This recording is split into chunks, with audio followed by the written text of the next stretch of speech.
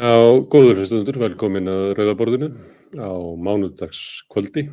Það er 11. október og rúmar 2 vikur frá kosningum hér á Íslandi og svo sem fátt að frétta. Það eru í gangi stjórnarmyndunarviðræður hjá stjórninni sem að situr. Þau eru eitthvað að ræða sín á milli og ekki mikla fréttir sem hafa komið það, hvað er að ræða og erfitt að ráða í það raunverulega miðað við hvað sagt var í kosningabaráttunni. Það er svona erfitt að átta sig á því hvað það er sem að, til dæmis Framsókn vill. Framsókn lagði áherslu á breytingar á ráðuneytum, vildi til dæmis fá innviðaráðuneyti og að því að fréttir segja þá er verið að ræða það sem er ráðuneyti sem að myndi sóma Sigurð Inga, einum af sigurum kosninganna vel. En það er svolítið erfitt að ráða í það á hvað VG leggur áherslu á. VG misti hálendisþjóðgarðinn á síðasta þingi, hann komst ekki í gegn. Eflaust leggur flokkurinn áherslu á það. Sjálfstæðisflokkurinn ætti að leggja áherslu á einkavæðingu í heilbrigðiskerfinu. Það var auðvelt í kosningabaráttunni að flokksmenn höfðu mikinn áhuga á því, en svo erum við eiginlega strand á því að ráða í það hvað hvað þetta getur snúist. Einhverjar vangaveltur eru það að VG og Framsókn gætu leitað til vinstri, farið í ríkisstjórn með Samfylkingunni með stuðning Pírata, en það verður að segjast að það er svona frekar hæpið að Framsókn líti á það sem góðan valkost. Það er svona ríkisstjórn sem að verður mikill óróleiki í kringum á meðan að ríkisstjórn sem að situr, hún sat í gegnum heimsfaraldur og alls konar vandræði, ákveðin átök stefnu í heilbrigðismálum og þjóðgarðinum og eitthvað fleiru, en hélt svona lífi og það ætti að vera eitthvað sem að Framsókn myndi frekar kjósa. Annar kostur væri það að það sé of erfitt að halda Sjálfstæðisflokknum og VG inn í sömu ríkisstjórn út af ágreiningi, þetta tvennt sem ég nefndi, þjóðgarðinn sem er þá orkunýting, sem að við getum ætlað að Framsóknarflokkurinn fylgi frekar Sjálfstæðisflokknum í því að vilja virkja.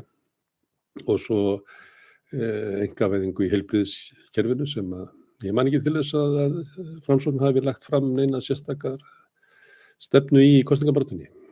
Þá ef það er erfitt að hafa VG og Sjálfstæðisflokkinn í sama ríkisstjórn, þá væri hægt að skipta út VG fyrir Viðreisn eða Flokk fólksins, þannig að við fengjum svona ákveðnari hægri stjórn. Og þetta virðist málin snúast að það er svona einfaldast og þægilegast fyrir fólki sem er í ríkisstjórninni að sama ríkisstjórn haldi bara áfram. Það verður reynt að eyða út svona þeim ágreiningsmálum sem eru þarna á milli sem er ekki mikil. Þetta fólk er náttúrulega búið að sitja saman í ríkisstjórn í 4 ár og eins og kom fram í kosningabaráttunni og allt kjörtímabilið eru ægilega ánægð með samstarfið sín á milli og ættu því að vilja halda áfram. Það var svolítið svona síðustu vikurnar í kosningabaráttunni sem maður mátti merkja það að kannski væri ánægðin ekki alveg svona mikil þegar að ríkisstjórn fór að mælast undir 50% að stemdi í það að hún myndi missa meirihluta sinn, þá byrjuðu svona flokksmenn bæði í VG og Sjálfstæðisflokknum að svona skoða aðra kosti og mátti merkja það líka það betur heldur en áframhaldandi óbreytt ríkisstjórn. En svo breyttist þetta náttúrulega í kosningarnar, þannig að ríkisstjórn hélt velli og kannski er þetta bara svona, hvað kallaði Ólafur Ragnar það, tilfinningalegt svigrúm sem að stuðningsmenn þessar flokka hafa núna til þess að svona venja sig við tilhugsun að við erum líklega að fara í 4 ár enn af þessari ríkisstjórn sem kennir sjálfa sig við stöðugleika en væri alveg hægt að kenna við stöðnun eða stöðnun og það er því miður, það er það svona líklegast sem er í stöðunni. Það er það sem kom upp í kjörkossunum. Það voru ýmsir flokkar sem að buðu fram róttækar breytingar en hlutu ekki brautargengi. Þeir flokkar sem að buðu fram minnstar breytingar, sögðu raunverulega minnst, buðu fram bara svona bætta ímynd af óbreyttri stefnu að þeir unnu kosningasigur og líklega er það sem að við munum fá, óbreytta ríkisstjórn, kannski stjórnarsáttmála sem er skreytilegri orðaður og kannski með glæsilegri umbúnað en síðast. Höfðu nú fyrir því að hanna hann mjög vel með útfærslu og skjaldarmerkinu og síðasta stjórnarsáttmála. Kannski fáum við svipaðan stjórnarsáttmála aftur ekki of mikla breytingar en svona keyrt áfram á sömu stefnu og við höfum eiginlega búið við síðan 1990 en í fallegum umbúnaði og með glæsilegu fundi því að eitt má síðasta ríkisstjórn eiga að engar ríkisstjórnir hafa haldið tilkomu meiri og fleiri blaðamannafundi í Þjóðmenningarhúsi og Hörpu og víðar. Ég ætla að veiða það. Takk. Herðu, en hérna á eftir kemur Logi Einarsson til mín og við ætlum að ræða framtíð vinstrinsins. Vinstri í kreppu, ekki bara í Íslandi heldur út allan heim og innan í samtali við Loga kemur Drífa Snædal, forseti Alþýðusambandsins, því að verkalýðshreyfingin hún líka í endurmati alveg svo vinstrið og kannski þetta sama endurmati sem á sér stað og síðan heyrum við Guðmundu Auðunsssyni sem býr í London og þekkir vel til verkamannaflokksins sem í rosalegri klípu og kreppu og átökum og þau átök snúast meðal annars stefnuna, hvort að fara til vinstri eða inn á miðjuna og hversu nátengt starf flokksins á að vera verkalýðshreyfingunni. Við heyrum það allt hér eftir örskamma stund. Takk fyrir.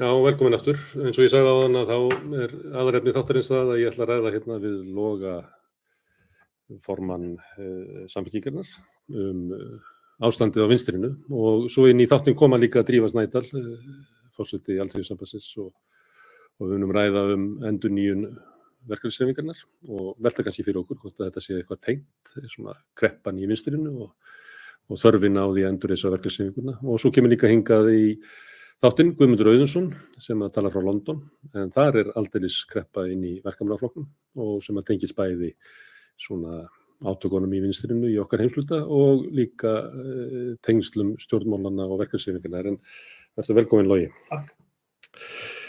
Logi Einarsson, því að ég sagði nú bara Logi áðan. Heyrðu hérna, þú svolítið gafst upp boltan svona þegar úrslit kosningarnar lágu fyrir og þú talar það að nú væri eiginlega komið tími til þess að svona vinstri tæki sig svolítið saman og úrslitin væri svona gæfi tilefni til þess. Já, alveg klárlega sko. Þetta náttúrulega voru þau vonbrigði og nauðsynlegt auðvitað bregðast við. Ég meina stjórnmál eru eilíða verkefni og því auðvitað gefast upp við smá áfall og ágjöf. Það auðvitað synd þegar að kannski mesta gerjun sem á sér stað í hagfræði í Vestur-Evrópu og Vesturlöndum, Bandaríkjunum líka, á sér stað á vinstrinu, að við getum ekki nýtt okkur að einhvern veginn hérna. Við erum auðvitað náttúrulega að lifa líka dálítið sérstakar aðstæður þar sem að kannski flokkar sem að skilgreina sig þessi vinstri telja alveg jafn sjálfsagt að þau vinni með hægri flokkum. Þannig að mörkin þarna á milli dálítið óljós.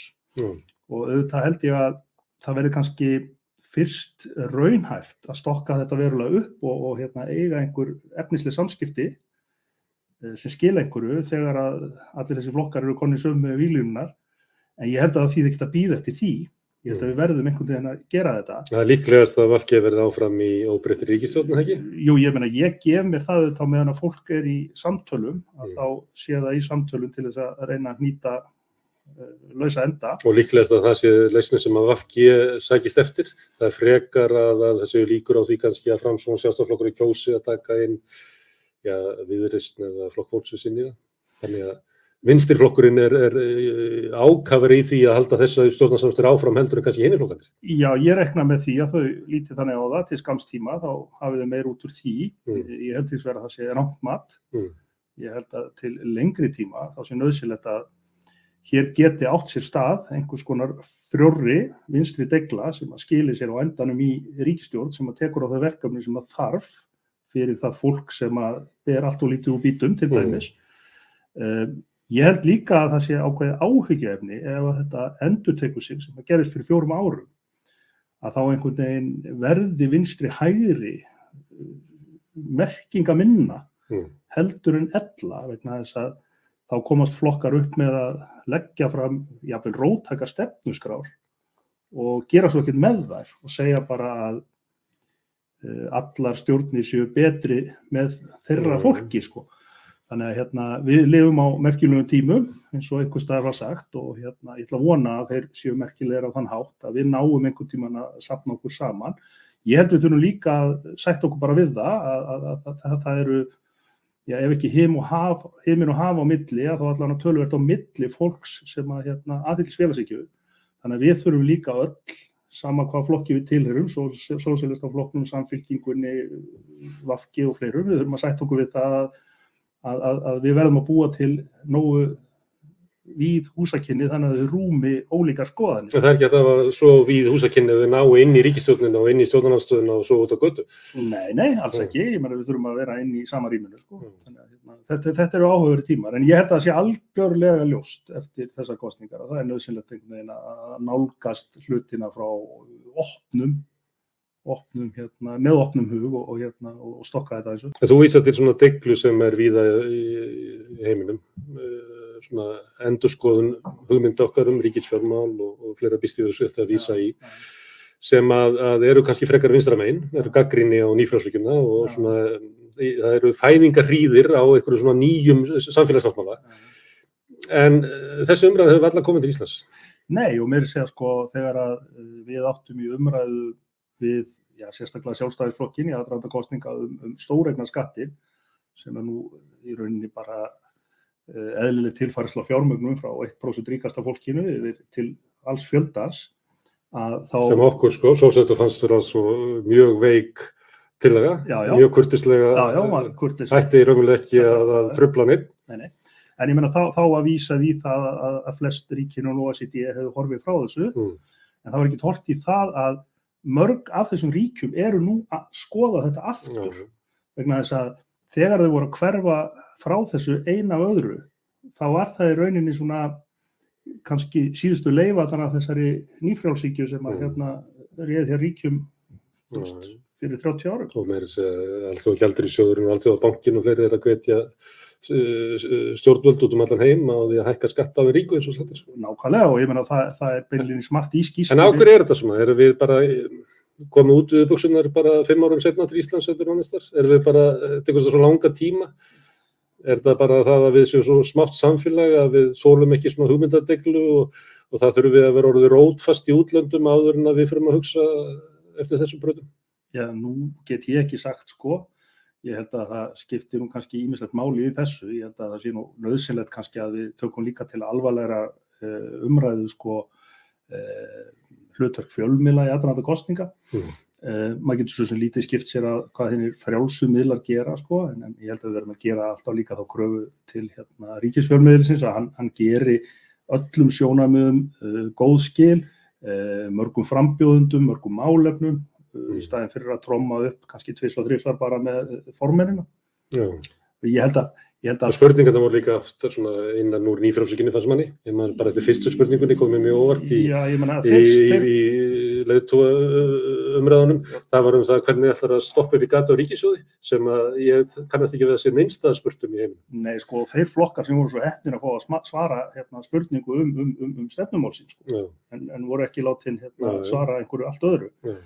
En ég meina það er auðvitað alveg rétt og síðan er það bara ótrúlegt einhvern veginn hvað hægrið kemst uppi með að skila auðu þegar kemur að sínum loforðum vegna þess að þau trommuðu fyrir 4 árum upp með 100 milljarða króna innviða uppbyggingu og skattalækkun. Núna ætlaðu í skattalækkanir en vísuðu bara burt fjármálaáætlun sem þau höfðu ásamt hinum 2 flokkunum samþykkt 3-4 árum áður og þegar þau eru spurð sín útgjaldaloforð þá komast upp með að svara bara að þau ætla að greiða það með auknum hagvexti á meðan við erum krafin bara nákvæmlega aðgerða. Nú er svona pínu eins og ég sé að barma mér og auðvitað er þetta kannski bara líka þetta var mínu upplifun líka sko að maður verður alltaf í óvinnarlandi sko ef maður er ekki með nýfrjálshyggjuna á stefnu þá er maður í óvinnarlandi þá líka við RÚV ekki bara mokkan og og þetta stafa kannski að því að það búið að telja fólki trú það að þú þurfur helst að vera með flokkskírteini í valhöll til þess að geta stunda viðskipti og ekki fyrirtæki, sko. Mörg okkar hinna sem hinum með línuna, höfum gert það í áratugi og gengi bara ágætlega. Þannig að en við þurfum klárlega vinstrið, við þurfum klárlega að taka þessar hugmyndir og þessar deiglu sem út í heimi og matreiða hana og bera hana á borð fyrir fólk og gera það saman, held ég. Já. Má ég því að ég var að spyrja hvort að það geti verið að hugmyndirna kæmi bara svona seint hérna. En það sem þú að lýsa núna svona kannski samfélag sem hefur gengið svolítið langt inn svona nýfrjálskubrautina. Það svona nýfrjálskan sé hér svona sterkari samfélagssáttmáli heldur en kannski annar staðar. Spurningarnar í pólitíkinni eru frá því sjónarhorni. Það hefur verið að rukka þá sem eru að gagnrýna nýfrjálshyggjuna hvernig ætlar það að fjármagna og meðan þeir sem eru að tala innan úr henni þurfa ekki að réttlæta það. Getur það verið ástæðan að við séum kannski líkar í, Austurlandslöndunum sem hafa gengið langt inn eftir nýfrjálshyggjunni og búin að tapa kannski svona þræðinum sem var hér í svona uppbyggingu samfélagsins þegar samfélag var byggt upp á kröfum verkalýðshreyfingarinnar á síðustu öld? Já, ég veit það nú ekki, sko. Ég á nú tékkneskan vin sem að lýsti fyrir mig hvað gerðist, eftir flauelsbyltinguna, og hann hélt því nú fram í mörg ára eftir að við þetta frelsi hafa þau tekið allt það versta frá Vesturlöndum og mista allt það besta og var þá að vísa í menningun og listina sem hnignuðu tíma, Þannig ég held að við höfum nú ekki gengið svo langt og auðvitað náttúrulega rétt að halda því til haga á milli okkar tveggja auðvitað töluverður munur þegar kemur að væntanlega samspili ríkis og einkaframtaks. Ég meina Samfylkingin neitar því ekki að við lifum í blönduðu hagkerfi og við teljum að það sé að mörgu leyti hagstætt að gera það. Okkur greinir svo á við Sjálfstæðisflokkinn til dæmis að koma ykkur leyti það á að stýra markaðnum og við viljum eins og gamla klisjan segir, við viljum að markaðurinn sé þjónn okkar en við séum ekki herra og það sé hlutverk ríkisins að vera stöðugt á varðbergi fyrir þeim markaðsbrestum sem að koma alltaf upp ef að markaðurinn á að sjá hlutina einn og sér og þessa markaðsbresti sjáum við allt bara alla markaðina? Já, tökum bara húsnæðismarkaðina, þá birtist hann með einum hætti á höfuðborgarsvæðinu þar sem að húsnæðisverð ríkur upp úr hæstu hæðum og svo út á landsbyggðinni þar sem að framleiðslukostnaður miklu hærri heldur en markaðsvirði eigna og í hvoru tveggja tilvikinu þarf náttúrulega ríkið og stjórnvöld að stíga inn í með leikreglur og leiðrétta þennan markaðsbrest.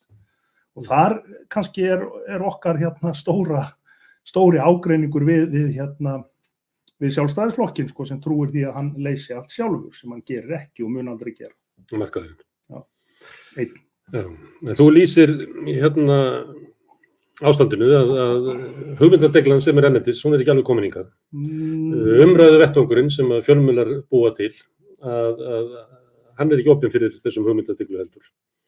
Þú með annan stóra vinstriflokkinn inn í ríkisstjórn og hinn fyrir utan.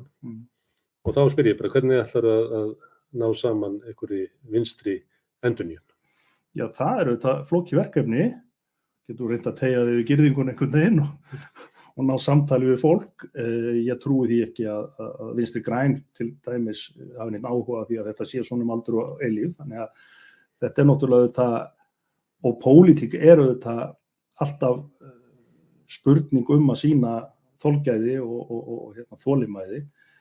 Ég held að það sé hins vegar bara ótrúlega mikið af fólki sem í stjórnarandstöðu núna í ólíkum flokkum og auðvitað utan þings sem getur átt í þessum samræðum, þannig að við erum ekki að láta það stoppa okkur. Stjórnarandstaðan á næsta þingi, ef svo heldur fram sem horfir með ríkisstjórnarmyndu, verður á mörgu leyti öðruvísi heldur en sú síðasta. Þar varstu með ótrúlega ólíka flokka sem höfðu nokkurn veginn svipað svona styrkleika hlutfall. Varst með þennan stóra miðflokk sem var 9 manns undir lokin og svo hafður kannski hina sem að gátu unnið talsvert vel saman í mörgum málum.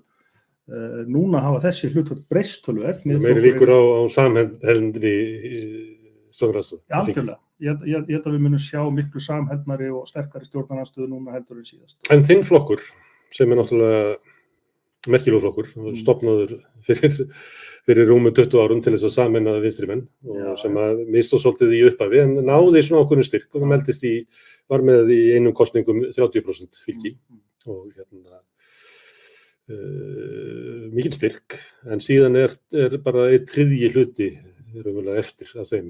Þannig þetta stór flokkur, eða lítill flokkur sem að býr yfir svona stórum hugmyndum og stóri sögu og þannig eru margir rangalar og svona. Endurnýjun vinstrisins þyrfti Samfylkingin ekki byrja á því að raunverulega svona endurskilgreina sitt hlutverk og hver það væri og hvað að vera vinstri flokkur í þessum eftirhruns samfélagi sem við búum í. Já, við höfum í sjálfsögðu alveg gert það. Sko, ég hef alveg verið opinn með það, alveg frá því að flokkurinn mæltist með 5,7% og ég kem inn í flokkin með þeim hætti, þá hef ég alveg verið opinn með það að sögulegt hlutverk Samfylkingarinnar var vissulega að sameina alla vinstrimenn í einu flokki. Þangað til að það tekst, og ef það tekst ekki, þá það minnst okkur hlutverk okkar að vera afl sem að sameinar marga flokka einhverja megin hugmyndafræði. Hvor leiðin betri en hin, það skiptir kannski ekki endilega máli ef á endanum næst sama niðurstaða. Samfylkingin eins og þú segir, svona frekar lítill flokkur með hvað hann var, en hann stór í þenn skilningi að við öfluga grasrót, við stóri í sveitastjórnum og ég held að engin flokkur á landinu sé í meirihluta í sveitastjórnum fyrir íbúa landsins heldur en Samfylkingin. Þannig að það þeim meira högg þetta fyrir þannig flokk að vera lítill á þingi og fá þessa niðurstöðu í kosningum og á okkur verða alltaf gerðar kröfur að við séum með stefnu í öllum mögulegum og ómögulegum málum og við reynum að verða við því, sinna flokkstarfi allstaðar hvort sem við erum á Vestfjörðum eða Austfjörðum eða Suðurlandi. Og það líka styrkur flokksins, það hefur líka sýnt sig að það bjargaði til dæmis held ég alveg örugglega flokknum á sínu tíma miklu frekar en við 3 þingmennirnir. Það var grasrótin, það var sveitarstjórnarfólkið og það var þessi hefð sem að þrátt fyrir allt til í þessum flokki. En nú að því að flokkurinn stofnaður til þess að vera stór og breiður, þá hlýtur þú ofta að hafa heyrt að Samfylkingin ætti að vera nógu stór til að rúma Ingu Sæland og Samfylkingin ætti að vera nógu stór til að rúma Pírata. Kannski segir eitthvað við ykkur að Samfylkingin ætti að vera nógu stór til að rúma sósíalistana. Hvað akkur hefur Samfylkingin ekki tekist þetta? Já, ég meina það mjög góð spurning og ég held að það sé alveg örugglega hlutur sem við þurfum að skoða með alvegum hætti, hvort við séum bara hreinlega nógu umburðarlynd og hvort við séum nógu þroskuð til þess að geta sameinast einhver meginmál en leyft okkur að vera ósammála önnur mál eins og NATO eða ESB eða annað slíkt og ég myndi ekki vilja vera í þannig flokki og kannski það verkefnið en í augnablikinu það sem sagt að frekar að ná talsambandi við fólk sem búin að búa til sínar búblur annars staðar Þess verður hér til þess? Já og ég meina við megum heldur ekki gleyma því að þetta í rauninni þróunin sem að hefur verið að eiga sér stað líka á Norðurlöndum. Það hafa verið að spretta upp mjög öflugir flokkar, Rött í Noregi og við erum með nokkra vinstri flokka í Danmörku og ég man eftir því vor eða vetur síðasta þegar ég segi einhvern tímann í viðtali að við munum aldrei fara með sjálfstæðisflokkum í ríkisstjórn, þess að við teljum okkar hagsmunum betur borgið til lengri tíma ef við bara verðum staðfest. Að þá töluðu einhverjir stjórnmálafræðingar það að þetta væri fáheyrt og skildu þetta ekki og þetta væri ótrúlegt en höfðu greinilega ekkert verið að velta fyrir sér hvað hefur verið að gerast á hinum Norðurlöndunum. Síðan heyri ég núna eftir kosningar þá hafa komið 2 fram, Ólafur Þ. Harðarson og Eiríkur Bergmann og segja kannski að flokkarnir þurfi núna bara að átta sig á því landslagi sem að teiknast upp og verði bara að fara að vinna betur í svona blokkir. Það jafnaðarmennaflokkar á Norðurlöndum að aldrei unni með hægri flokkunum? Nei. Og þú þarft að fara til Þýskalands til þess að finna það og Hollands og þar kannski ástandið á jafnaðarmennaflokkunum ekkert betra það sem þeir hafa verið í. Já, ágætt Þýskalandi núna? Nei, ég veit það var meira út af þessari bylgju sem átt að lýsa upp af því sem svona hugmyndabreyting sem að skildi raunverulega hægri flokkana eftir svolítið af því að þeir voru kjósendur upplöðu þá frekar sem þá sem að tilurðu sko nýfrjálshyggjunni sem að var verið að hafna ef að ég skil þýsk stjórnmál. En það má kannski út af svona sérstöðu vinstris á Íslandi, þá sérstaða vinstris á Íslandi samstarf vinstriflokkana við hægriflokka sem alveg, má rekja alveg til nýsköpunarstjórnarinnar og viðreistarstjórnarinnar og margir í þínu flokki líta ennþá á sko samstarfi við sjálfstæðisflokkinn í Viðreisn og fyrir með jákvæðum augum.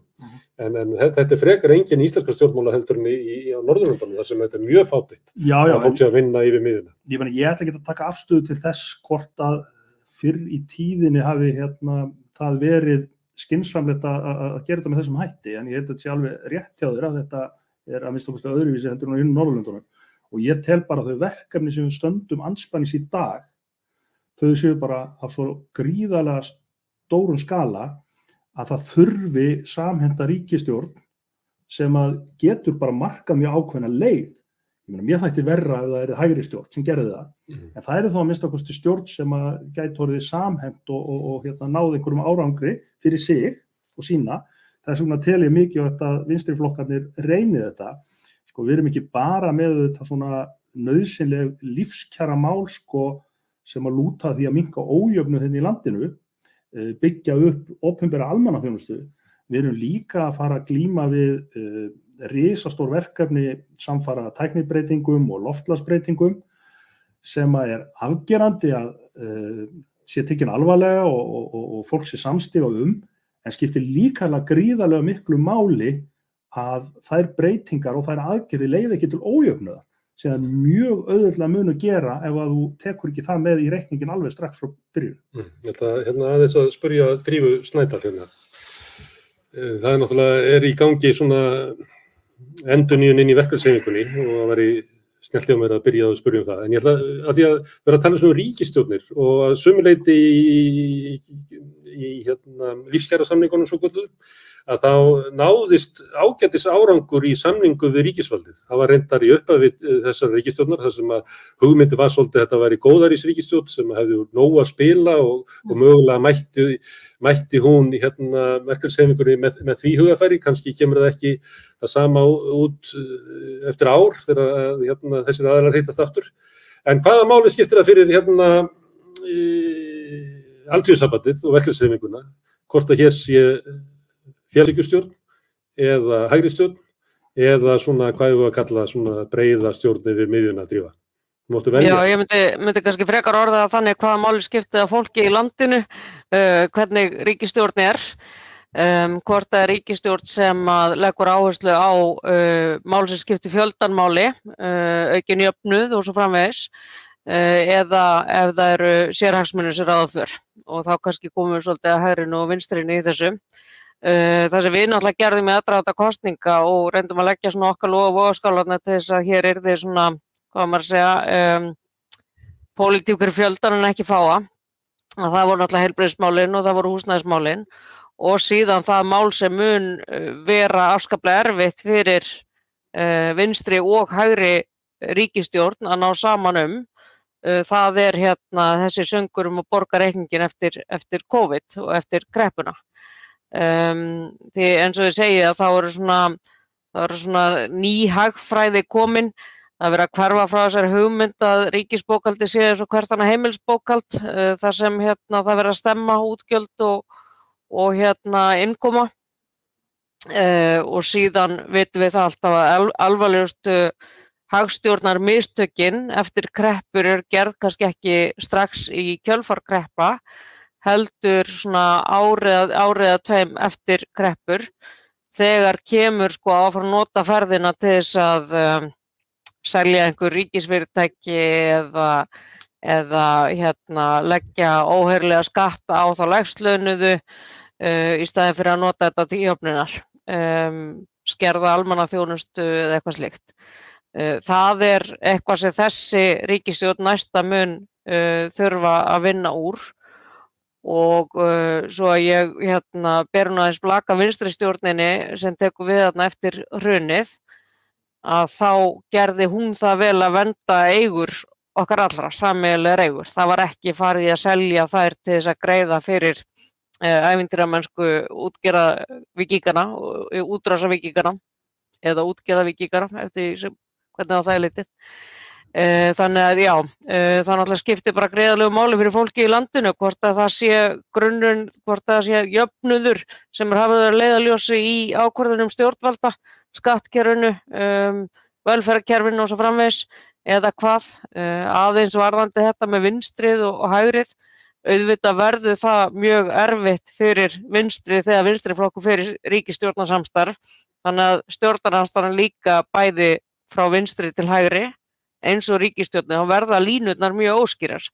Þannig að í rauninni það sem maður situr eftir með svona ákveðin málefni, ákveðin stór viðfangsefni, þar sem þessar vinstri hægri línur munu dragast mjög skýrt upp og við sjáum það hvernig það mun gerast á næstu árum, bæði varðandi það hvernig við endurheimtum efnahagslífið eftir þetta, tæknibreytingar eins og Logi fór inn á, heilbrigðiskerfið, húsnæðismálin og svo framvegis.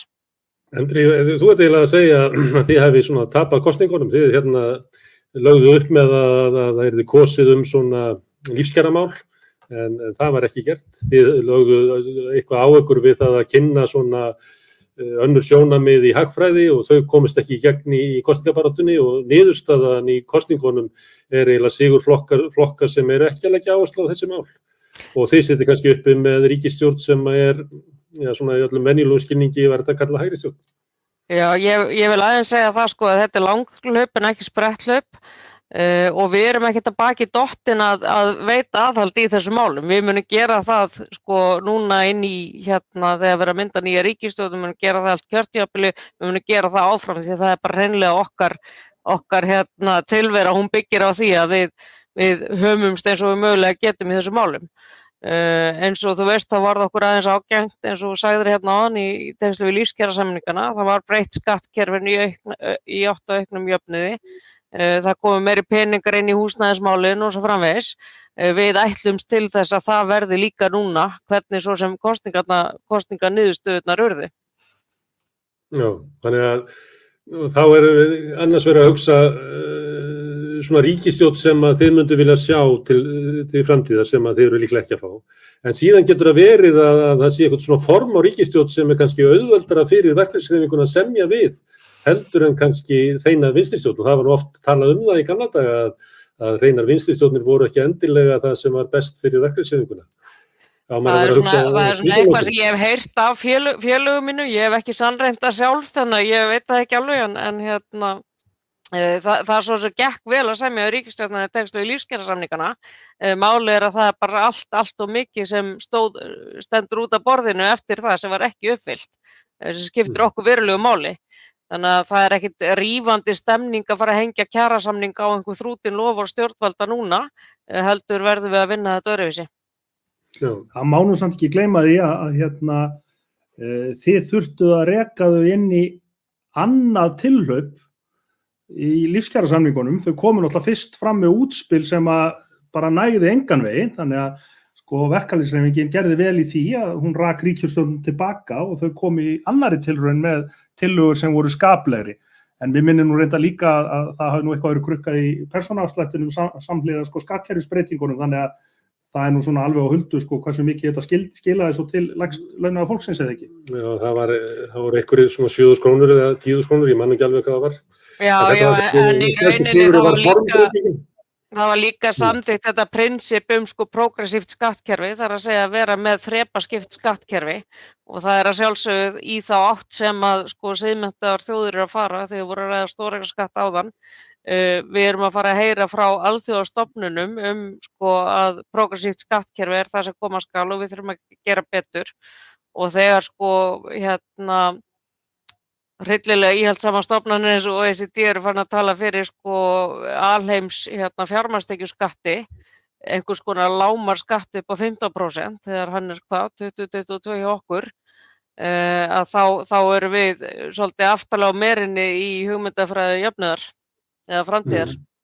En Drífa, þú hlustaðir á Loga þegar ég var að tala með hann áðan og hann var að tala svona um endurnýjun vinstrisins og hann nefndi líka þessa deglu sem er í svona hugmyndum ríkisfjármál og hagstjórn. Finnst þið vera svona samhljómur í því sem að sko vinstri flokkarnir eru svona gangi í gegnum við að endurmeta stöðu sína og endur skilgreina kannski sósíalismann inn í okkar tíma, myndi ég orða það, og því sem að að gerast inn í verkalýðshreyfingunni, þar sem að hún kannski að svona endurskoða sitt hlutverk, koma út úr nýfrjálshyggjuárunum, þar sem að var raunverulega hlutverk verkalýðshreyfinganna var fyrst og fremst kannski að semja kaup og kjör og gera svona meiri kröfur samfélagsuppbyggingu. Já, ég sé... Er þetta sama baráttan? Já, þetta samhljómur á milli mjög margra og okkar, enda erum við búin að vera mjög lifandi samtali mjög margra stjórnmálaflokka bara á síðasta kjörtímabili og áfram. Þannig að vissulega það þannig. Hins vegar á ég svolítið erfitt með að skilgreina sko hvað suma flokka hvort eru á hægri vinstri og virðist vera svolítið svona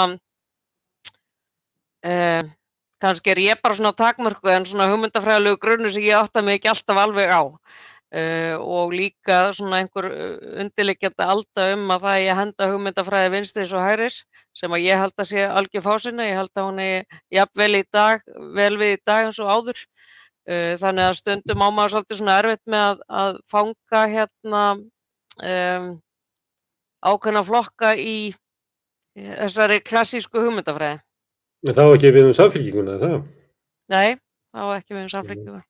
Sko ég tek alveg undir með Drífu að ég tel að skilgreiningi vinstri hægri, hún eigi alveg vel við núna eins og áður og kannski ekki síður. Og svo verður auðvitað að segjast eins og að í mjög langan tíma þá hefur auðvitað verkalýðshreyfingin þurft að reka sko svona baráttu fyrir félagshyggjuna að því að henni hefur orðið betri ágengt á meðan við erum alltaf fyrir utan ríkisstjórn. Ég meina verkalýðshreyfingin hefur þetta þrýstiafl sem betur fer og hún sterk á Íslandi en sem sagt þingmenn í stjórnar minnihluta þeir hafa nú ekki mikil völd á Íslandi skal ég segja. Þannig að verkalýðshreyfingin hún getur endurnýjað Samfylkinguna. Verkalýðshreyfingin og Samfylkingin sko og aðrir félagshyggjuflokkar eiga bara að geta notið samlegar áhrif hver á öðrum sko og ég auðvitað býst alveg við því ef þú myndir skoða sem sagt þá fínu bæklinga og greiningar og skýrslur sem að Alþýðusambandið að láta gera til dæmis og svo okkar stefnu og kosningar bæklinga að þá sæjuru bara mjög mikið samhljóm og við höfum auðvitað notið þess að vera í ágætis samstarfi við verkalýðshreyfinguna og margir kalla eftir meira samstarfi og við höfum auðvitað verið samherjar í þessari baráttu líka í gegnum COVID að leysa þau mál sem að komið hafa inn frá ríkisstjórninni, oft góð mál sem að þarf hins vegar að laga, þar hefur oft verið mikill samhljómur sko. Við erum auðvitað ekki með sama umhverfi og nágrannaríkin eins og til dæmis Noregur og Svíþjóð þar sem að LO í Noregi til dæmis tekur bara aktíft þátt í kosningabaráttu með í rauninni verkamannaflokknum og þar sem að forseti LO og formaður verkamannaflokksins hittast vikulega og verkalýðshreyfingin kemur að því að tilnefna meira í ríkisstjórnir og það bara sögulegt aftur til 1941 eða eitthvað svoleiðis og ég meina það eru kostir og gallar við það. Ég meina gallarnir eru að þáttaka í norsku verkalýðshreyfingunni til dæmis bara miklu minni og miklu lægri þar heldur en hér þó þrátt fyrir allt vegna þess að fólk vill ekki láta múlbinda sig við eitt flokk. Ekki 70-80% drífa þáttaka í verkalýðshreyfingu hér? Það svona nær 85%. Já, ég meina meðan hún kannski 40-50% í Noregi, þannig að þú veist það eru plúsar og mínusar við þetta. Við getum alveg átt í ágæti samstarfi þó að við gerum það ekki með þessum hætti sem að Norðmenn gera. Sko. En Drífa mátti ekki segja alveg eins og þú ert að segja með flokka sem að að skilgreina sig svona þvert á hægri og vinstri eða bara hafnaði í hægri og vinstri til. Má ekki alveg segja það sama verkalýðshreyfinguna að hún hefði nú bókað gott á að skilgreina sig sem vinstra afl. Getur þú gert það? Verður þú ekki alltaf að taka tillit til þess að það alls konar félagar inn í Alþýðusambandinu sem að kjósa Miðflokkinn og guð með þetta hvað? Já, ég get skilgreint sjálf á mig sem vinstri manneskju, ég held að það sé ekkert launungarmál, en ég á náttúrulega líka svolítið erfitt með að skilgreina verkalýðshreyfinguna sem vinstri hreyfingu umfram allt annað, en hins vegar eru við náttúrulega þegar við gerum kannanir meðal okkar félagsmanna og búum til okkar kröfugerðir út frá því sem okkar félagar vilja, að þá náttúrulega lendum við alltaf í félagslegum lausnum, alltaf. Það ekkert launungarmál. Þannig að ég myndi svona skilgreina það þegar fólk fer að setja sig í gírinn þeir sem eru virkir í okkar félagsstarfi sem náttúrulega fleiri þúsund manns, að þá þegar sett í gírinn að hugsa hagsmuni heildarinnar að þá að sjálfsögðu lendum við í félagslegum lausnum. Af hverju megum við ekki tala svona að verkalýðsbarátta sem ekki sósíalísk náttúrulega bara guð má vita hvað það Nei, að minnstakosti sjáum við þetta stór hagsmunasamtök sem hafa þetta mikla peninga yfir að ráða, beita sér, ef ekki beint þá að minnstakosti óbeint í kosningabaráttunni, samtök atvinnulífsins til dæmis. Ég held að samtök atvinnulífsins hafi náð betur að koma sínum málum á dagskrá heldur en ykkur til dæmis. Já, sama hætti finnst mér alveg að verkalýðshreyfingin geti bara verið býsna meira bold þegar kemur að því að taka afstöðu inn í kosningabaráttu. En ég meina það eru þetta sjónarmið þarna sem eru flókin. Hvað segir þetta Drífa? Samtök atvinnulífsins náttúrulega lýsi ekki yfir stuðningi við Sjálfstæðisflokkinn en það bara vill svo til að þeir með sömu stefnuna. Mætti vera meiri samhljómun á milli félagshyggjuflokkanna svokölluðu og verkalýðshreyfingarinnar? Ég held að grundvöllurinn af því að það væri einhvers konar gagnkvæms eða svona stuðningsyfirlýsingu við einhvern flokka þá þyrfti það náttúrulega að vera mjög sameinuður flokkur. Staðan í vinstrinu á Íslandi núna svo að við erum með VG, við erum með Sósíalistaflokki, við erum með Samfylkinguna, við erum með Pírata sem stundum eru á góðum dögum eru vinstriflokkar, við erum með Framsóknarflokkinn sem líka á góðum dögum fara í svona sameignar ræturnar. Þannig að það svolítið erfitt að fanga hagsmuni verkalýðshreyfingarinnar því hún liggur í mjög mörgum flokkum. Ég hef hins vegar aldrei skilið þessa feimni við að koma ekki fram fyrir kosningar og segja við ætlum að mynda þetta kosningabandalag. Og ég held að því þú segir að enginn eitthvað pólitíkin á Íslandi, ég held að það sé mjög slæmt trend í pólitíkin á Íslandi að stjórnvöld og þingmenn og pólitíkusar að tala fyrir málamiðlunum sem þeir ná en ekki endilega upphafsstefnunni. Það líka ákveðið trend sem er mjög slæmt því að þá útvatnast pólitíkin í málamiðlunum stöðugt. Þannig að ég myndi vilja sjá svona ýmis tækifæri vera betur nýtt. Ég algjörlega sammála þessu og það nú ein ástæðan fyrir því að maður lýsir því yfir.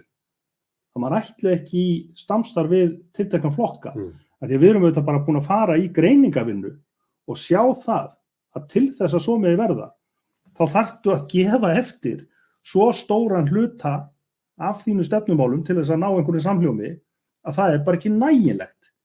Ekki nema bara til þess að einhverja skammtíma Ef þú ætlar að hafa Sjálfstæðisflokkinn í fjármálaráðuneytinu þá getur þú bara gleymt þessu. Já, ég meina að þú lítur einhvern veginn að vilja og lýsa því yfir og þú ætlir í þannig ríkisstjórn að þú þurfir að gera sem minnstar málamiðlanir. Vissulega þarftu alltaf að gera málamiðlanir og það ekkert að því. En hins vegar hlýtur alltaf að stefna að þær verði sem minnstar.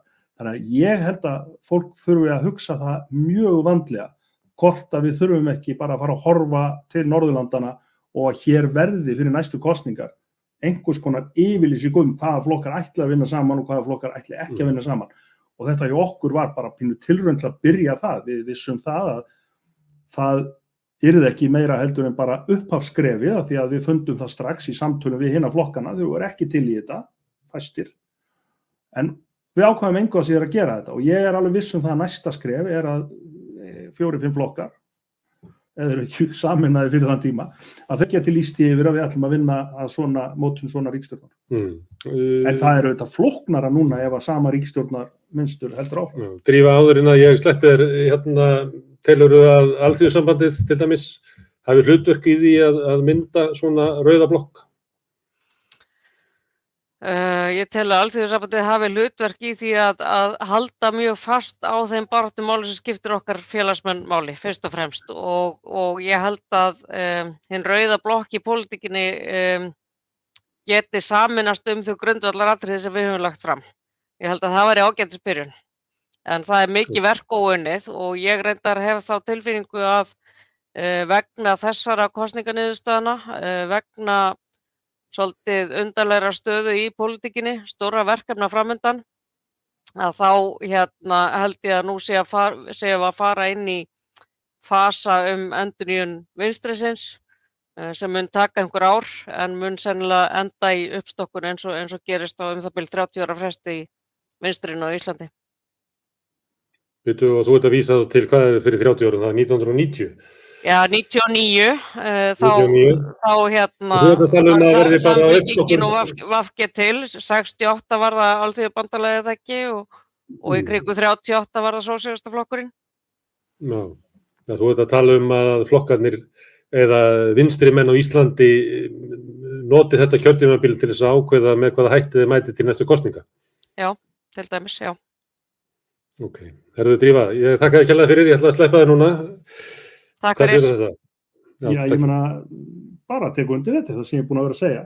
Ég meina, staðan í dag krefst nýs leikskipulags og það hlýtur að innibera að við mætum sterkari fram á völli næst og tökum í rauninni bara það ábyrgð sem að meirihluti þjóðarinnar felur okkur með skoðun sinn í svo veigamiklu málum sem að í rauninni alltaf stranda á andstöðu eins eða tveggja flokka.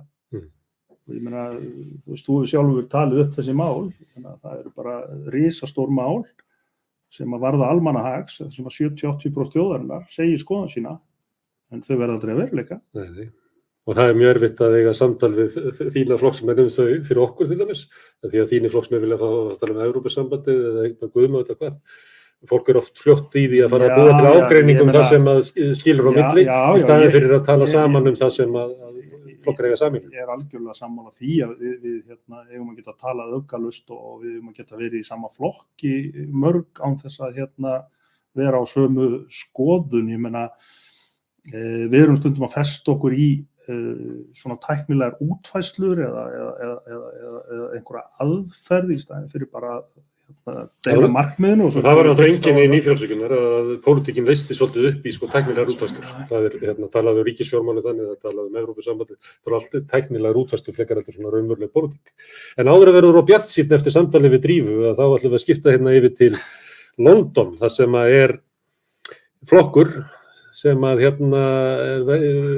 breski verkamannaflokkurinn sem ég held að Guðmundur Auðunsson sé félagi í sem að hefur verið að rifna af innanflokksáttökum lengi bara mörg undanfarin ár og eiginlega allar fréttir sem við höfum af honum eru það að það sé ekkert að skamma það. Hvað segir Guðmundur? Getur þú útskýrt fyrir okkur stöðuna á breska verkamannaflokknum? Sko, þetta nú löng saga en það sem að hefur kannski þetta á langan aðdraganda. Það sem að hefur gerðist svona á Thatcher árunum var það að verkalýðshreyfingin sem hafði verið mjög sterk í Bretlandi var í raun og verið brotin aftur og hefur á mörgu leyti ekki borið sitt barr síðan.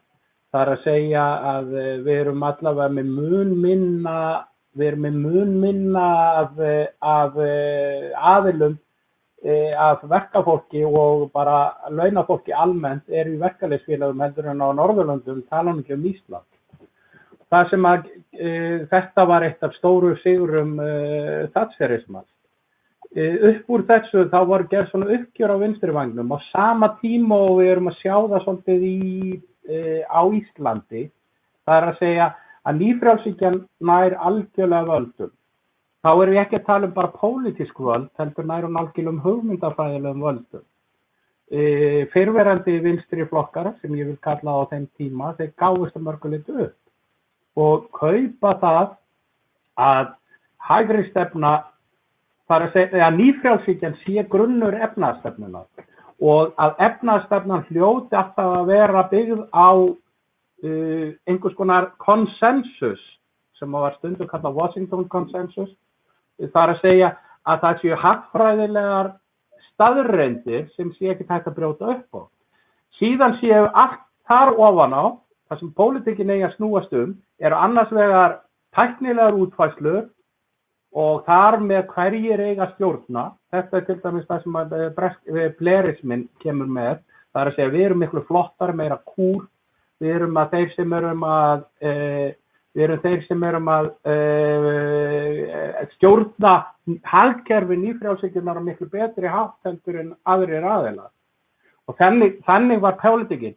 Og svo aukalega sem að margir á vinstri vagnum fóru að snúa sér að, það voru almenn mannréttindabarátta. Mannréttindabarátta gegn rasisma, fyrir réttinu samkynhneigðar og svo framvegis og svo framvegis. Og þar stóðu þessi gömlu vinstriflokkar sig mjög vel og í raun og veru tókst þeim að keyra í gegn nær á allum heiminum. Aðeins minna í Bandaríkjunum en allavega Vestur-Evrópulöndum tókst að keyra í gegn mjög jákvæða baráttu fyrir réttindi minnihlutahópa. En efnahagsmálin voru bara gefin staðreynd og svo var spurning hvort að skattar eru aðeins hærri eða aðeins minni og öll svona ortodoxían í hagfræðinni snerist það að hvort við getum skattlagt aðeins meira hérna eða aðeins minna hér eða hvernig við ætlum að snúa okkur að þessu. Þetta vegferðin sem verkamannaflokkurinn Bretlandi gengur í gegn.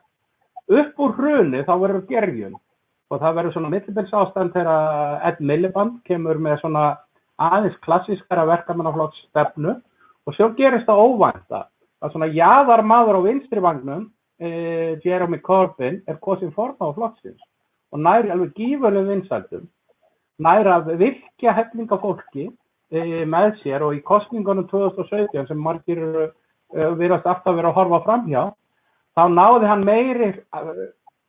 fleiri kjósendum heldur verkamannaflokkurinn hafði náð síðan 1997 í stórsigri Tony Blair. Það sem hann var óheppinn með var það að íhaldsflokkurinn fékk enn meira fylgi þannig að hann hélt áfram að stjórna. Allan þennan tíma var verið að róa innan verkamannaflokksins að þessi stórhættulega fólk sem að ég kynntist svolítið í kosningabaráttunni á Bretlandi að þessi stórhættulegu vinstrimenn sem eru innan verkamannaflokksins að mestu leyti í Bretlandi að þeir ætluðu sér að umturna algjörlega samfélaginu. En í raun og veru það sem þeir voru að fara fram á var að taka upp að mörgu leyti stefnu. Fyrsta skrefið var bara að taka stefnuna sem var ríkjandi fyrir tíma nýfrjálshyggjuhyggjuna stefnuna. Og þetta minnir svolítið á það sem að sósíalistaflokkurinn var að reyna að gera í þessari kosningabaráttu. Það er að segja að fyrsta skrefið var að vinda ofan af eyðileggingu nýfrjálshyggjunar. Síðan eftir kosningaósigurinn 2019 sem að eru margar ástæður fyrir, Brexit var mjög stórt en það voru mjög mikil fjölmiðlarnir voru algjörlega á móti verkamannaflokki Blair þannig að það gróf undan honum. Að þá í kjölfar þess að þá eðlilega segir Corbyn af sér og að nýr formaður kosinn. Það merkilega að hann kosinn á frekar róttækari stefnu. Hann segist alltaf halda stefnu verkamannaflokksins á svipuðum nótum og undir stjórn Corbyn en ætli síðan að laga svona ímyndina og allt það. Upp úr þessu hefur komið í ljós að Starmer, nýji foringi verkamannaflokksins, hann hefur algjörlega snúið tilbaki við vinstri væng flokksins og reynir bara fullum fettum að reka þá úr flokknum. Þannig að helstur ráðgjafar hans eru bleristar sem eru gersamlega úr takt við allt sem innan verkamannaflokksins. Ef að Blair hefur einhverja vinsældir í dag þá það meðal íhaldsmanna, það frjálslyndari íhaldsmanna, það sáralítið af fólki innan verkamannaflokksins. Fyrir utan þessa ráðgjafa sem hafa hópast í kringu Starmer. Þannig að flokkurinn núna í algjörri rúst. Það verið að Starmer virðist halda það að hann geti byggt upp meirihluta flokk með því að losa sig við alla þessa hættulegu vinstrimenn. Og þá verður bara batnandi tíð með blómum í haga. Og staðan eins og hún núna að þá flokkurinn í algjörri upplausn. Það má segja borgarastyrjöld innan flokksins, efnahagskerfið og ríkisstjórnin í algjöru rúst, Brexit að leiða til alveg hræðileg skaða hérna í samfélaginu og það að stefna íhaldsflokksins í efnahagsmálum allstaðar og hvergi. Það eru ákveðin öll sem vilja gera einhverja uppbyggingu og losa sig aðeins frá nýfrjálshyggjunni, en svona orthodoxarnir sem að vilja fara í það að láta fólki borga fyrir kostnaðinn af COVID, eins og var gert af kostnaðinum af hruninu, að þeir eru verið að vera svona, þeir ráða allavega fjármálaráðuneytið sem valdamest hér, og þannig að pólitísk, eðlilega ætti stjórnarandstaðan að vera 20-30% meira fylgi heldur en ríkisstjórnin á þessum tímapunkti, en það hefur gersamlega mistekið og meðal aðalega vegna þess að verkamannaflokkurinn í upplausn. Á sama tíma til hliðar, af því við vorum nú að tala við, þið voruð að tala við hana Drífu hérna áðan, að þá á sér mikil gerjun staði í verkalýðshreyfingunni. Það ekki bara á Íslandi sem að gerjun sem á sér staði í verkalýðshreyfingunni. Það sem að gerast þar það að verkalýðshreyfingin er að brjótast út úr, allavega að reyna að brjótast út úr fjöturum nýfrjálshyggjuna. Nýfrjálshyggjan gerði hana teknokratísku batteríi sem að fjallan kaup og kjör, svona svipað varð á Íslandi. Og maður sér þessa gerjun núna í stóru verkalýðsfélögunum. Þessi gerjun byrjaði kannski fyrir 15-20 árum í litlu verkalýðsfélögunum, en það voru til dæmis kosningar núna í haust í stærsta verkalýðsfélagi landsins, og það voru þar sem að Len McCluskey var formaður, Unite, og hann var mikill stuðningsmaður Corbyns, og það voru 3 frambjóðendur sem enduðu með að fara í framboð. Fyrst voru það 4, þar voru 3 vinstri sinnar og 1 svona bleristi, sem að tala mjög nálægt Starmer og flokknum í dag, og það verður að taka það fram að verkalýðshreyfingin og verkamannaflokkurinn eru ennþá bundið saman eins og á Norðurlöndunum, ólíkt á Íslandi. Og í þessum kosningum að það voru svona áherslu munur á milli, einn vinstri sinni dróð sig í hlé, það voru svona áherslu munur á milli 2 vinstri mannana, einn var svona naut stuðningsmest flestra vinstri manna í verkamannaflokknum, Steve Turner, Sharon Graham sem var síðan kosin formaður verkalýðsfélagsins, hún vildi leggja áherslu á róttæka verkalýðsbaráttu og leggja áherslu á baráttuna út í samfélaginu frekar en hina pólitísku baráttu. Þriðji frambjóðandinn, bleristinn, hann fekk langminnst fylgi, rúmlega 20%, og raun og veru var baráttan á milli 2 vinstrimanna, hvort þeir ætla að leggja áherslu á þingbaráttuna eða baráttuna út í samfélaginu. Og svo sem að lagði áherslu á baráttuna út í samfélaginu, hún vann. Þannig að Guðmundur, segðu mér eitt hérna út af verkamannaflokknum.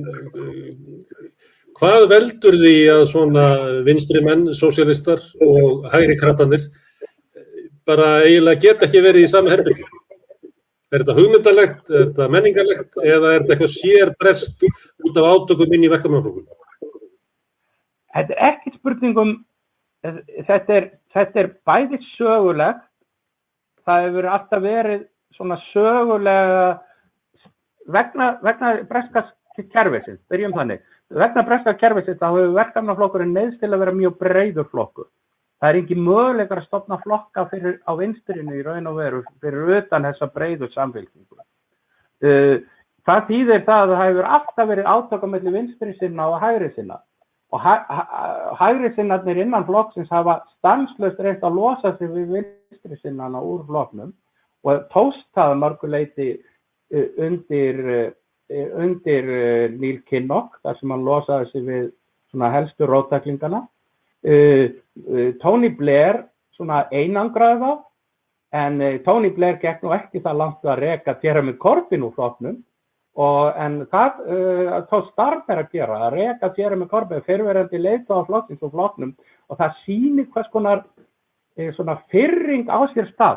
Ég held þetta sé að hluta til svona persónulegt hatur af leifara gamalli baráttu. Þetta vissulega barátta milli svona hægrikratisma og svona sósíalisma, en það bara hluta af sögunni, vegna þess að í mörgu leyti gætu meira að segja hægrimennirnir í verkamannaflokknum tekið undir mikið af þessu stefnumálum sem að verkamannaflokkur setta á oddinn undir Corbyn. og það alls ekki barátta til dæmis mannréttindamál, minnihlutahópa eða homo, lesbía eða rasisma. Það hefur aldrei verið ágreiningur það, allavega ekki á seinni tímum.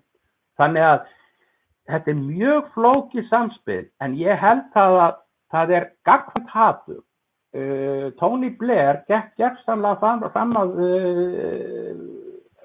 stórun hluta vinstri fylkingar í bresku samfélagi, sérstaklega þegar það var gerði innrásina í Írak. Hann hataður af mörgum vinstrimönnum. Á sama tíma hafa menn sem voru í kringum Tony Blair algjörlega hatast við í áratugi við svona róttæklingana innan flokksins. Þannig að þetta mjög flókin staða í raun og veru og hugmyndafræðilega bara hugmyndafræðileg barátta, þó hún sé vissulega til staðar. Ok, þá komum við aftur til Íslands. Nú erum við búin að berja úr alla björnsýnum að það að ná saman vinstrimönnum í Íslandi hægara samt að gert. Já, það eins og ég segi, sko, það er til ótal leiðir til þess, sko. Þú veist, ef það ekki hægt innan hreyfingar, þá getur þú að minnsta okkur gert það með því að lýsa því yfir og þú ætlar að starfa með þeim sem eru svona nánustu nágrannavinir. Ég held reyndar að því að Guðmundur nefndi og fór vel yfir söguna og þekkir hann auðvitað miklu betur en ég, sko. Þá sá maður það nú alveg bera feigðina með sér hvernig Corbyn hanteraði þetta Brexit-mál. Og ég held að það hljóti að hafa verið alveg ótrúlega vonbrigði og missa þar tækifæri til þess að skapa sér sterkari stöðu, sko. En margt af því sem að segja... Var það ekki algjörlega óleysanlegur hnútur? Var þetta ekki eiginlega Brexit var... ef það hefði ekki verið þetta erfiða mál, þá hefði kannski svona erindi hans í samfélagsuppbætur náði gegn. Ég meina, sko, þú veist, hann gat ekki einu sinni útskýrt fyrir hvað hann stæði í þessu máli. Hann var að reyna að halda flokknum saman sem var bæði með og á móti. Stundum bara ekki alltaf hægt að gera það með þeim hætti. En ég meina... Hann hefði kannski endað með svona lítið flokk eins og þú ef hann hefði tekið af skarið. Já. Það veit ég ekki, sko, þú veist, eins og Guðmundur bendir á, sko, þá náttúrulega þetta innminniskjördæmakerfið þeirra, sko, eiginlega bara unir ekki fjölflokkum, þannig að ég held að það hefði nú kannski ekki endað þannig, það hefði orðið einhvers konar uppgjör kannski, en þau stæðu með Pálmann í höndunum núna. Já, þú talaðir áðan, sko, hvort það væri sögulegt, hvort þetta væri, stefnuágreiningur eða hvort það væri menningarlegt. Sko ég held að þetta sé einhverju lítið menningarlegt, sko, og við þekkjum það báðir, sko, að það var oft býsna hvasst á milli alþýðuflokksmanna og alþýðubandalagsmanna þó þeir væru, sko, mjög samstíga í mjög mörgum málum. Og margir hreyfingur sem una meira eða vitna til ágreiningsmilli, sko, alþýðuflokksins og kommunista og millistísárunum. Já. Stundum eins og maður sé bara mættur í Finnlandsstríðið. Ég man mér eftir þessu þegar, sko, svona eitt af mínum fyrstu viðvikum í svona pólitík, ef maður á að kalla það pólitík, var 1996, þegar ég var svona nýlega komin heim frá námi og þá var ég ráðinn svona yfirmaður kosningaskrifstofur Ólafs Ragnars Grímssonar á Norðausturlandi, aðeins að þekkja hann nokkuð, en hafði verið sjálfur í Alþýðubandalaginu, sko, þegar ég var unglingur. Og maður fann það að það, sko, jafnvel, sko, í forsetakosningum, sko, þá andaði köldu á milli þessara tveggja aðila, sko, alþýðubandalagsfólks og alþýðuflokksfólks. Oft harðari baráttu heldur en að milli kannski kratanna og kapitalistarnir. Þó ekki hægt að skipta neinu máli akkurat í forsetakosningum, sko. Þannig að ég meina, þú veist, eins og Drífa segir, ég meina, þetta langhlaup, þú hefur ekkert val annað en að vera bjartsýnn og reyna að finna alltaf. En hvað í húfi, Logi? Ég meina, ef að vinstrimenn ná sér ekki saman, þá munu hægri menn stjórna Íslandi áfram. Og það samfélag, ef að hægri menn stjórna í næstu 10 árin, það bara vont samfélag sem þú vildir ekki að börnin myndi allast upp í? Er þetta svona úrslitastund sem framundan, annaðhvort ná vinstrimenn saman og móta stefnu samfélagsins, eða við erum að lokast inn í, eins og ég orðaði stundum, svona inn í verbúð samherja? Sko, ég meina, vandamálið alveg örugglega ekki börnin mín næstu 10 árin. Vegna þess að ég heppinn, tilheyrði þeim hópi sem að kannski mun koma ágætlega út úr þessu. En ég held að börn margra annara muni sjá fram á miklu verri og svartari tíma. það farið að skipta sífellt meira máli hverra manna þú ert þegar kemur að húsnæðisöryggi, þegar kemur að menntun, þegar kemur að jafnvel heilbrigðisþjónustu og það bara þróun sem við viljum ekki sjá. Við erum að sjá núna með þessari nýju tækni þar sem að allt gerist hraðar og allt vex á veldisraða nema siðvitið sem hefur bara enga möguleika til þess. Að þá erum við kannski bara að horfa upp á ef við gerum ekkert neitt að neinu að þessi eigna ójöfnuður, hann að aukast á enn meiri hraða heldur við höfum nokkuð tímann áður séð og auðunir að færast á færri hendur við höfum nokkuð tímann áður séð. Við erum, segja margir, komið núna að þeim kafla, þetta eins og það var verst á 19. öldinni og við getum bara ekki búið við það.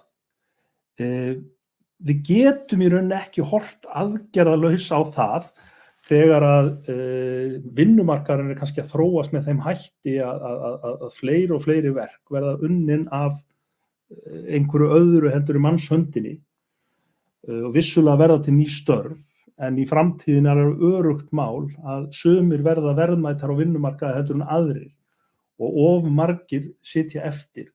Menntun fólks farið að skipta miklu meira máli núna ef þú átt að eiga út breyk og við þurfum einhvern veginn að stíga stór skref til þess að sjá til þess að þetta gerist ekki. Og til þess að það verði skaplegt samfélag. Til þess að það verði skaplegt samfélag og það eitt sem býsna áhugavert það að það skuli engin umræða eiga sér stað á Íslandi í dag skattkerfi og raunverulega uppstökkun á skattkerfinu önnur heldur en kannski að bæta við einu þrepi. Ég meina, ef við ætlum að halda upp einhverju samneyslu sem orðið á gerandi næstu áratugina, þá þurfum við örugglega að hugsa fyrir einhverjum eðlisbreytingum á skattkerfinu. Þannig að ef færri og færri labba í vinnuna og fara inn í verksmiðjurnar og fara að framleiða og verðmætin skapast meira og meira með einhverjum róbótum, þá þurfum við bara væntanlega að skattleggja aðra hluti, hvort sem að það framleiðslu einingin, verðmætin sem verða til úr því eða róbótar. Ok, þið finnst þetta að vera mikilvægt og þú telur að vera svona hlutverk á þessu kjörtímabili að ná svona breiðari samstöðu með vinstrinu. En flokkurinn á bakvið þig, ertu með flokkinn á bakvið þig? Já, ég býst við því. Ég reikna með því. Þetta látum við vera lokaorðin við Rauða borðið í kvöld. Þráðurinn í kvöld var svona vinstrið, endurreisn vinstrisins á þessum hálfskarlúgu tímum og það verður örugglega þráðurinn á fleiri Rauða borðum í framtíðinni. Á morgun munum við ræða verkalýðsbaráttuna, sögu verkalýðsbaráttunnar og líka velferðarkerfin við þá Þorleif Friðriksson og Kolbeinn Stefánsson. Ég hveti ykkur til að hlusta á það klukkan 8 á annað kvöld. Takk fyrir.